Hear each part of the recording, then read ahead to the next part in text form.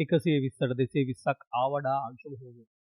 ඉතින් ආදරණීය ශ්‍රී ලංකාවාසී මෙන්ම ලෝකවාසී ප්‍රිය අසන්න නියසන්නේ බොහෝ වෙලාවට අපි කතා කරන්න බය වෙන චරිතය. එහෙම නැත්නම් ග්‍රහලොව මේ ඉන්න සෙනසුරු ග්‍රහතුමා. හෙනහුරා තනි. මෙන්න මෙයා මීන රාශියේ වක්‍ර වීම ආරම්භ වෙනවා 2026 ජූලි මාස 27 වන දින. ඒතර මේ ජූලි 27 වන දින ආරම්භ වන වක්‍රතාවය දෙසැම්බර් මාසයේ 11 වෙනිදා වෙනකම් බලපවතිනවා. විශේෂයෙන්ම දැන් මේ සෙනසුරු වක්‍ර වෙනවා කියන්නේ ඇතමෙක් විග්‍රහ කරනවා ආපස්සට ගමන් කිරීමක් කියලා. නමුත් සෙනසුරු නෙමෙයි කුමන ග්‍රහයක් ආපස්සට ගමන් කිරීමක් සිද්ධ වෙන්නේ නැහැ. මේක ආපසු හැරී බැලීම. Taman මාර්ගය ගමන විශ්ලේෂණය කිරීමක් අතීතය පුනරාවර්ජනය කිරීමක් තුළ ඔයාගේ අනාගතය සාර්ථක කරගන්නට නැවත ඔබ මුහුණ දීපු ඇතැම් කරුණු කාරණාවල් ඔයාට මතක් කර දීමක් වෙන දෙයක් තමයි විශේෂයෙන්ම මේ සිද්ධ වෙන්නේ. එතකොට මේකෙදි බිය යුතුත් නෑ අපට. විශේෂයෙන්ම බය වෙනවට වඩා අපිට පුළුවන්කම තියෙන අතීතය කියන දේ කාරණය තුළ සිදු වුණු ඇතැම් සිදුවීම් වර්තමානය තුළ ගලපාගෙන අනාගතයේ ජයග්‍රහණය කරනවා. අන්න ඒකට තමයි මේ කාරණේ තියෙන්නේ. ඒ හින්දා ඔබ කිසිසේත් බිය යුතු වෙන්නේ නැහැ. වැඩසටහන අවසානයේට ඔබට විශේෂයෙන්ම කළ යුතු වත්පිළිවෙත් කියන කරුණු කාරණාවල් පිළිබඳව සාකච්ඡා කිරීම අනිවාර්යයෙන්ම සිද්ධ වෙනවා. පැහැදිලි කරලා කියලා දෙනවා. ඒ කරුණු කාරණාවල් නිවැරදි විදිහට අවබෝධ කරගෙන මේ ගැටලුකාරී තත්ත්වය निराකරණය කරගන්න කැමති කෙනෙක් නම් ඔබට ආරාධනා කරනවා රැඳෙන්න මාත් සමග පූර්ණ ජ්‍යොතිෂ්‍යවේ YouTube නාලිකාව සමග අපි වැඩසටහනට සමන් යොමු කරමු. මොකද ජීවිතේ ජය ගන්නට තමයි ජ්‍යොතිෂ්‍ය කියන දේ නිවැරදි විදිහට ඔබ භාවිතා කළ යුතු වෙන්නේ. එහෙමනම් එන්න අපි යමු වැඩසටහනට.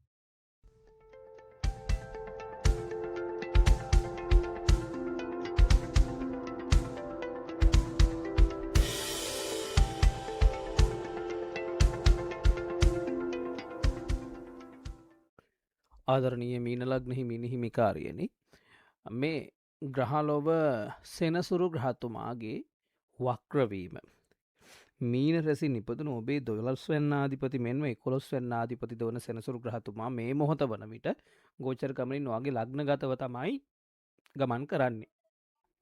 එතකොට ඔයාගේ ලග්නගතව ගමන් කරන සෙනසුරු ග්‍රහතුමාගේ වක්‍රවීම තමා සිද්ධ වෙන්නේ. ඉතින් බොහොම ආදරෙන් ගෞරවයෙන් කියන්නට ඕන මේ වැඩසටහන විශේෂයෙන්ම අහසින් යමක් කඩන් වැටෙනකම් පිනට දෙයක් හම්බ වෙනකම් බලන් ඉඳලා ලොටරි එකක් ඇදෙනකම් බලන් ඉඳලා ජීවිතය සාර්ථක කරගන්න හිතාගෙන ඉන්න අයට නෙවෙයි. මේ තමයි බොහොම වෙහෙස මහන්සි වෙලා Tamanගේ ජීවන ගමන අභිවෘද්ධියේ ජයග්‍රහණය කරන්න වැඩ කටයුතු කරන ආදරණීයයන් වෙනුවෙන් තමයි මේ වැඩසටහන තිලින කරන්නේ. ඒක බොහොම ආදරෙන් යුතුව මතක් කරන්නට ඕන. එතකොට මෙහි සාකච්ඡා කරනවා ගැටලුකාරී තත්ත්වයන්. ඒ ගැටලුකාරී තත්ත්වයන් අපි සාකච්ඡා කරන්නේ ඔබට ගැටලු අවම කරගෙන සාර්ථක වෙන්නට. එතකොට මුලින්ම අපි කතා කරමු ආදරය ප්‍රේමය කියන කාරණේ සම්බන්ධයෙන්. ආදරය ප්‍රේමය කියන කාරණේ සම්බන්ධයෙන් කතා කරනකොට විශේෂයෙන්ම මීන ලග්න හිමියන්ට හිමිකාරියන්ට ආදරයට ප්‍රේමයට තරමක් බාධාකාරී කාලයක් වෙනවා. හිතවත්කම් සම්බන්ධතා ආදී දේවල් ප්‍රමාණයට වඩා මේ ඊයේ පෙරේදා ගොඩනැගුණු හිතවත්කම් ආදරය ප්‍රේමය කියන දේවල් පිළිබඳව සලකන්නේ යාම තරම් ප්‍රායෝගික නොවන බව සිහි තබා ගත යුතුයි. මොකද ඇතැම් තැන්නේදී උදව් උපකාර විතරක් පදනම් කරගෙන ඉවරලා සම්බන්ධතාවය අතරමඟ නතර කරන්නට නතර වෙන්නට කරුණු කාරණාවල් ඇති වෙනවා. ඒ හින්දා බොක්කෙම්ම ලව් කරනවා කියලා අපි කියන වචනේ ඒ වාගේ කියන කතන්දරයට ගියාට ප්‍රශ්නයක් නෙවෙයි තියෙන්නේ. හොඳට මතක තියාගන්න විශ්වාසයේ ප්‍රමාණයට වඩා අරගෙන අරකට උදව් කරන්න මේකට උදව් කරන්න අනේ අතන පොඩි ණය ප්‍රශ්නයක් තියෙනවා මෙතන අහවලාට මෙන්න මේ අසනීපේ මේ වෙන කතන්දර මේවා ඇත්තටම හරි ප්‍රායෝගික කතා. මේවා මතක් කරන්න ප්‍රායෝගික කතා වුණාට ඔලුවට යන්නේ නැහනේ. ආන්නේ හින්දා. ඒව පිළිබඳව සැලකිලිමත් වන්න රැවටීම් කියන දේවල් ඇතිවීම ඊට ප්‍රස්තාව පවතිනවා.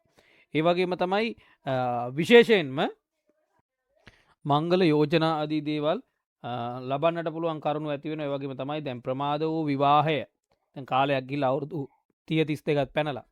ඉතින් විවාහයට කරුණු කාරණා මේ කාල සීමාවේදී ඇතිවීම ඊට ප්‍රස්තාව සාධනය වන අතරම වැඩිහිටියන්ගේ අවවාද අනුශාසනා වගේම ආශිර්වාද මත Tamanගේ මංගල කටයුතු ආදී දේවල් වලට ඊට ප්‍රස්තාව සකස් කර ගන්නට පුළුවන්කම තියෙනවා.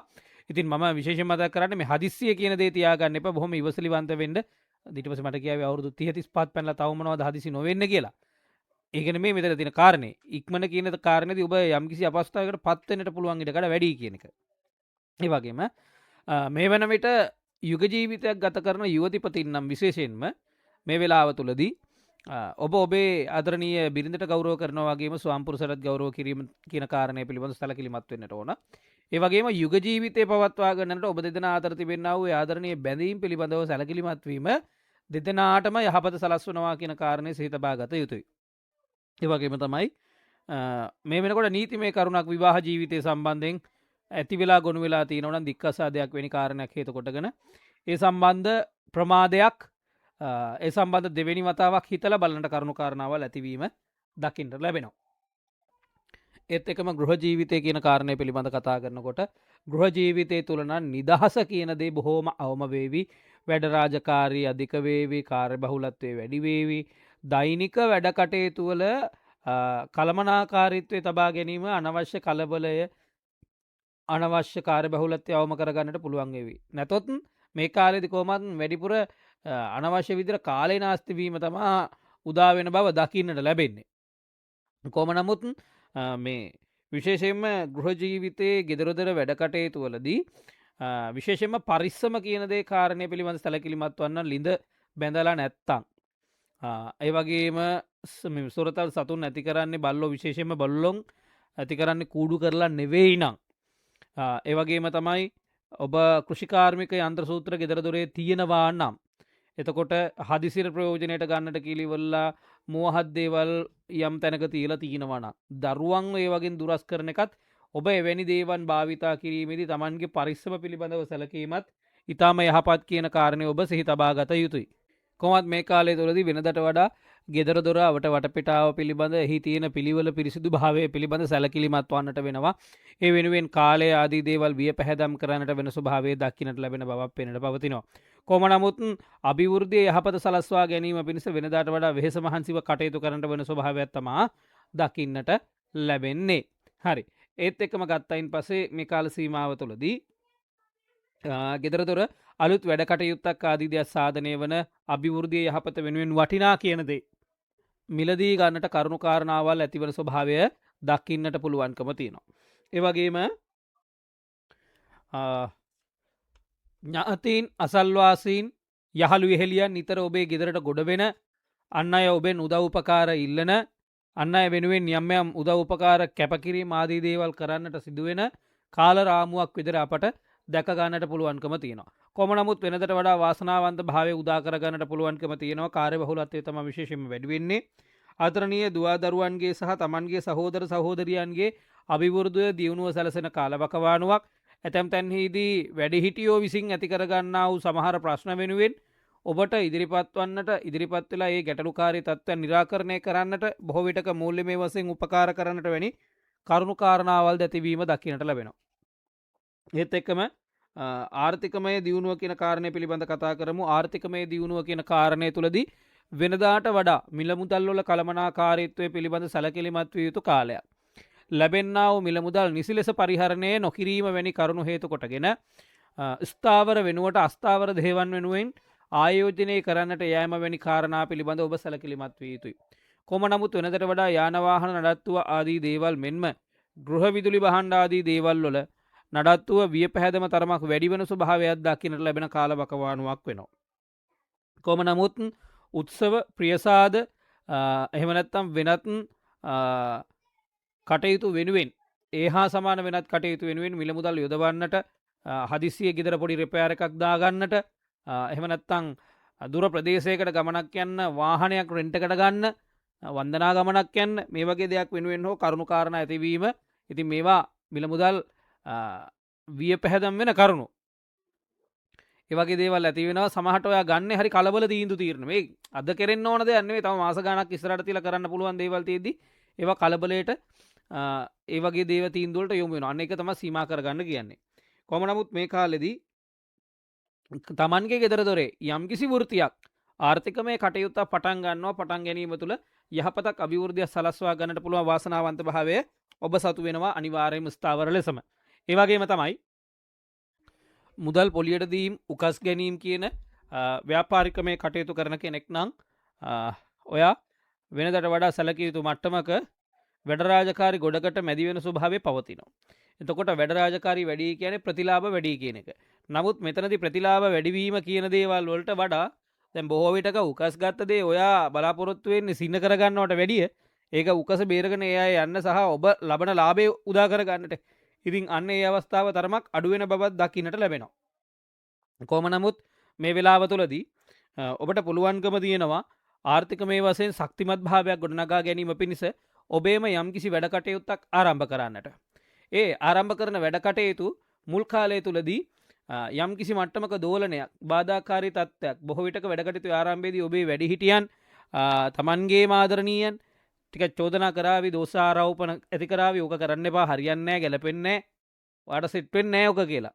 එවැනි දේවල් ඇති වෙන්නට පුළුවන්. කොහොම නමුත් ස්වෛර රැකියාවෙනි කටයුතු ආශ්‍රිත දේවල් ආදී සාධන වෙන ඒ වාගේ විධිමත් භාවයක් වෙනුවෙන් කටයුතු කරන ඒ ආශ්‍රිතව ගෘහ ජීවිතය ලෞකික ජීවිතය කියන කරුණු කාරණාවල් ක්‍රමයෙන් දියුණු පමුණු කර ගන්නා වූ ස්වභාවය අත්දකින්නට පුළුවන් ඉඩ ප්‍රස්තාව පවතිනවා. ඒ වගේම තමයි ණයට දුන්න මිල මුදලක් ආදී දෙයක් පස්සෙන් ගිහිල්ලා හරි ගන්නට කරුණු කාරණා උදා කර ගැනීම ඇති වෙන කාල සීමාවක් වෙනවා.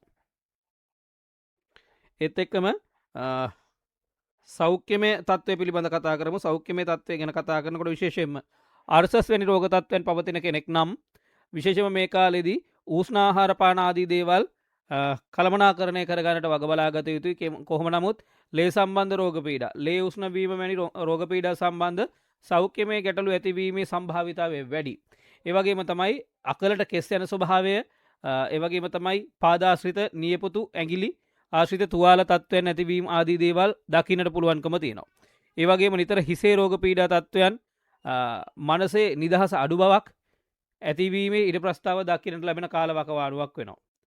කොහොම නමුත් වෙනදට වඩා තමන්ගේ ශරීර සුවතාවය පිළිබඳ සැලකිලිමත් විය යුතුම කාලවකවානුවක් කියලා මතක් කරන්නට ඕන. නැත්තම් විටින් විට යම් යම් අපහසුතා ආදී දේවල් වලට මුහුණ පාන්නට සිදුවෙන සම්භාවිතාවය වැඩි. ඒ වගේම තමයි මේ කාලයේදී යටිපතුල්, ඒ වගේම විලුඹ, ඒ වගේම බෙල්ල දෙපස සෞඛ්‍යමය අපහසුතා, වේදනාබර ස්වභාවයන් ආදී දේවල් ඇතිවීමේ සම්භාවිතාවයක් දක්නට ලැබෙනවා. ඒත් එක්කම රැකියාව පිළිබඳ කතා කරන්නට ඕන අපි මේ කාලය තුළදී. රාජ්‍යාංශේ වේවා පුද්ගලිකාංශේ වේවා මේ කාලෙදී ඔබේ රැකියා කටයුතු වල හරි කාර්යබහුලත්වයක් කියන එක සාමාන්‍ය පොදුවේ ඇති වෙන්නට පුළුවන්කම තියෙනවා. නමුත් මේ කතා කරන්නේ ඔබට අනිත් අයගේ වැඩ රාජකාරීත් ඔබේ කරමතට අරගෙන වැඩ කටයුතු කරන්නට වෙන ස්වභාවික කාර්යබහුලත්වයක් ඇති වේවි.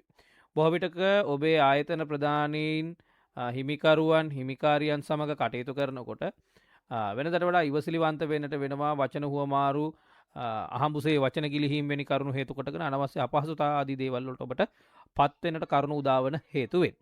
ඒ වගේම තමයි මේ කාල සීමාව තුළදී විශේෂයෙන්ම නව්‍ය රැකියා ලැබීම් කරුණු කාරණාවල් වල තරමක ප්‍රමාදයක් නැති වෙන ස්වභාවයක් දක්නට ලැබුණත් රැකියා ලබන්නට පුළුවන් වාසනාවන්ත භාවය ඔබ සතු වෙනවා කියන කාරණේ මතක් කරන්න පුළුවන්. හැබැයි ඔබ ආයතනයක රැකියා කටයුතු කරගෙන යාම තුළදී අධික ලෙස මානසිකව අපහසුතාවයට පත්වන්නට ගැටලුකාරී තත්ත්වයන් නැතිවීම ඉඩ ප්‍රස්තාව පවතින මේ කාලෙදී. මොකද අර හිසේ නිදහස කියන එක පොඩ්ඩක් වැඩිපුර අවම වෙන ස්වභාවය දකින්නට ලැබෙන කාලයක් ඉඳලා. ඒ වගේම තමයි මේ කාල සීමාව තුළදී රැකියාව උසස් වීම, ප්‍රමාද වීම වැනි කරුණු ඇති වෙනවා. වගේම තමයි ඒවා ට්‍රාන්ස්ෆර් එකක් හදා ගන්න හිටියනම් ගමට එහෙම යන්නට ඔන්න මේ ස්ථානීය වෙනස්කම්, එහෙම නැත්නම් අපි කියනවා ට්‍රාන්ස්ෆර්ස් කියන දේවල් ටිකක් කල් යන පහුවෙන ස්වභාවයන් වාගේ දේවල් ඇතිවීම ඉඩ ප්‍රස්තාවක් පවතින කාල සීමාවක් විදිහට අපිට දකින්නට පුළුවන්කම තියෙනවා. ඒ වගේම තමයි ආදරණීය ඔබට විශේෂයෙන්ම මතක් කරන්නට ඕන මේ කාල සීමාව තුළදී තාක්ෂණික කටයුතු, යන්ත්‍ර සූත්‍ර අලුත් වැඩිහා කටයුතු, වෙල්ඩින් වැඩ කටයුතු, ඒ වගේම විශේෂයෙන්ම කෘෂිකාර්මික වැඩ කටයුතු ආශ්‍රිතව තරමක් කාර්යබහුල වෙන්නට සිදු වෙනවා තමන්ගේ වැඩ කටයුතු විධිමත් භාවයට පමුණවා ගැනීමට. ඒ වගේම තමයි මේ කාල සීමාව තුළදී තමන්ගේ අභිවෘද්ධිය සලස්වා ගන්නට වෙහෙසවීම තුළ වඩා හොඳ ප්‍රතිඵල ආදී දේවල් උදා කර ගන්නට පුළුවන් වාසනාවන්ත භාවයත් ඔබ සතු වෙනවා කියන කාරණේ විශේෂයෙන්ම මතක් කරගන්නට පුළුවන්කම තියෙනවා. ඉතින් මේව තමයි විශේෂයෙන්ම ඔබට මතක් කරන්නට තියෙන්නේ.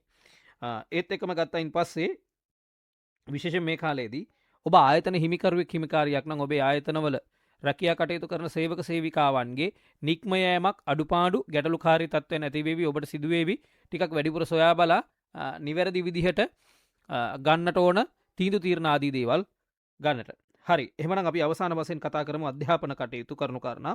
අධ්‍යාපන කටයුතු කරුණු කාරණා පිළිබඳව කතා කරනකොට විශේෂයෙන්ම විදේශී අධ්‍යාපන කටයුතු කරන වැඩිහිටි පාර්ශවයට මෙන්ම මේ වෙනකොට විදේශ රටක පදිංචි වෙලා අධ්‍යාපන කටයුතු කරගෙන යන තරුණ වයසේ දුවා දරුවන් මෙන්ම ප්‍රාථමික කනිෂ්ඨාංශවල දුවා දරුවන්ගේ අධ්‍යාපන කටයුතු වල යම් බාධාකාරී තත්ත්වයන් නැති වෙන ස්වභාවය දකින්නට ලැබෙනවා. නමුත් මේ අධ්‍යාපන කටයුතු බාධාකාරී තත්ත්වයන් වල තිබුණත් ඒවා විධිමත් භාවයට පමුණවා ගන්නට පුළුවන් වාසනාවන්ත භාවයේ පවතිනව නැතුව නෙවෙයි. ඒ වගේම තමයි විශේෂයෙන්ම කලා ශාස්ත්‍රයන් තාක්ෂණ ශාස්ත්‍රයන් සම්බන්ධ අධ්‍යාපන කටයුතු මේක දේශීය සහ විදේශීය සියලුම දෙනාට කටයුතු වල යහපත උදා කර ගන්නට තරමක් වෙහෙස මහන්සි වෙනට වේවි. යම් තරඟ විභාග නිර්මාණ ඒ වගේම ප්‍රදර්ශන වාගේ දේවල් වලට සහ සම්බන්ධ වෙනවා නම් ඒ වගේ ජයග්‍රහණ කුසලතා වර්ධනය ලබන්නට පුළුවන් වාසනාවන්ත භාවයේ පවතිනවා. ඒ වගේම විශේෂයෙන්ම ගණිත ශාස්ත්‍රය විද්‍යා ශාස්ත්‍රය යන ශාස්ත්‍රයන් වල උසස් අධ්‍යාපන කටයුතු සරසවි අධ්‍යාපන කටයුතු කරන්නා වූ දරුවන්ගේ අධ්‍යාපන කටයුතු වල ඇතිව තිබුණා වූ බාධාකාරී තත්ත්වයන් තරමක් පමණ යටපත් කරගෙන යහපත සලස්වා ගන්නට පුළුවන් හැකියාවක් පවතිනවා. ඉතින් මේ කියපු කරුණු කාරණාවල් ටික හරි අවබෝධයේ තියාගෙන කටයුතු කිරීම තමයි වඩාම වැදගත් වෙන්නේ. අර මේ යකා හැමදේම කියන්නේ නෙගටිව් දේවල් කියලා කියනට වැඩි එක තමයි ඔයාගේ ජීවිතේ යහපත සලස්ව ගන්නට මඟ පෙන්වීම කියන්නේ. එහෙමනම් ආදරණීය ඔබ සෑම සිළු දෙනාට පුළුවන්කම තියෙනවා. ඔබට වත් පිළිවෙත් විදිහට පුළුවන්කම තියෙනවා. සෙනසුරාදා දිනයන් වල බෝධි පූජා තැබීම. උතර බෝධි පූජාවක් තියන්නට ඕනකම තියෙන්නේ. බෝ මළුව ඇමදලා සුද්ධ පවිත්‍ර කරලා මල් ආසන සෝදලා පිරිසුදු කිරීම කරලා තමයි ඔබ බෝධි පූජාව අනිවාර්යයෙන්ම කළ යුතු වෙන්නේ. මොකද ඔබ පින් එකතු කර ගන්නට ඕන.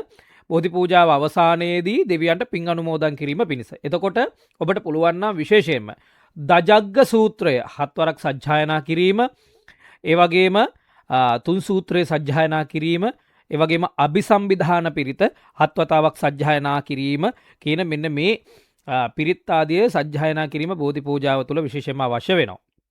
ඒ වගේම ඔබට පුළුවන් දුගී මගී යාචකාදීන්ට ඒ වගේම අපි කියනවා අසරණ අයට පිහිටවීම කියන ඒ වගේම වැඩිහිටි අයට අප උපස්ථාන කිරීම වැනි පින්කම් කරන්නට. පොය දවසකට ඔබට සිල් ටිකක් සමාදන් වෙන්නට පුළුවන්කම තියෙනවා නම් ඒ වගේම සෙනසුරාදා දවසට බලු කපුරු දානයක් වගේ දෙයක් මොකද සතෙකුට අනන් කන්න බෑනේ. පිරිසිදුවට සකස් කරගත්තා වූ අන්න ඒ වගේ දානමය පින්කමක් කර ගැනීම ඔබට තවත් වඩා යහපත් වෙනවා. ඒ වගේම ඔබට පුළුවන්කම තියෙනවා මම අර බෝධි පූජාව තුළදී සජ්ජායනා කරන්නට කියු පිරිත් ආදිය දිනපතා උදේ සවස ඔබට පුළුවන් උපරිමයෙන් සජ්ජායනය කරන්නට. ඒ වගේම ඔබට පුළුවන්කම තියෙනවා සනි ස්තෝත්‍රය සජ්ජායනා කරන්නට දිනපතා උදේ සවස ඔබට පුළුවන්කම තියෙනවා සෙනසුරාදා දවසට අටෝරාසියක් 108 වතාවක් සජ්ජායනා කිරීමද ඔබට මහත් පහළ මහානිසංස ගෙන දෙනවා. මොකද මේ සෑම දෙයක්ම අද කරලා හිත ප්‍රතිඵල බලාපොරොත්තු වෙන ඔබට නෙවෙයි මේකේ ප්‍රතිඵලයේ නිවැරදි විදිහට ලබා ගන්නට අපි සංයමයකින් ඉවසීමකින් යුතුව මේ වත් පිළිවෙත් හැකි පමණින් ඉෂ්ට කර ගන්නට ඕනකම තියෙනවා. ඒකල්ලා දිනපතා ඔබට පුළුවන්කම තියෙනවා ඔබේ ඊටු දෙවියන්ට සහ විෂ්ණු දෙවියන්ට ඔබ රැස් කරගන්න පින්පෙත් අනුමෝදන් කරලා ඔබට පුළුවන් විෂ්ණු දෙවි හාමුදුරන්ගෙන් ඔබ රැස් කරගන්න පින්පෙත් අනුමෝදන් වීමෙන් ලැබෙනා වූ කුසල සම්භාරය හේතුන ඔබ වහන්සේගේ ආශිර්වාදයෙන් ඇතිවෙනා වූ අපල උපද්‍රව දුරු කර ගැනීමට සිත සාන්ති උදා කර ගැනීමට අපට ආශිර්වාද කරන සේක්වා මාහට ආශිර්වාද කරන සේක්වා කියලා ආශිර්වාද බලාපොරොත්තු වන්නට. අන්න ඒකත් එක්ක ඔබට පුළුවන්කම තියෙනවා යහපත උදා කරගන්නට. එමනම් ආදරණීය ප්‍රිය අසන්නනියසන්නින් ඔබ සෑම සිළු දෙනාට හිසේ සිට දෙපතුල දක්වා ඇතිවෙනා වූ 89ක් රෝග 92ක් වැදි 232ක් අතුරු අන්තරා රවි චන්ද්‍ර කුජබද ගුරු ශුක්‍ර සනි රාහු කේතු නවග්‍රහ දෝෂ දුරු වේවා සිත සාන්ති උදා වේවා.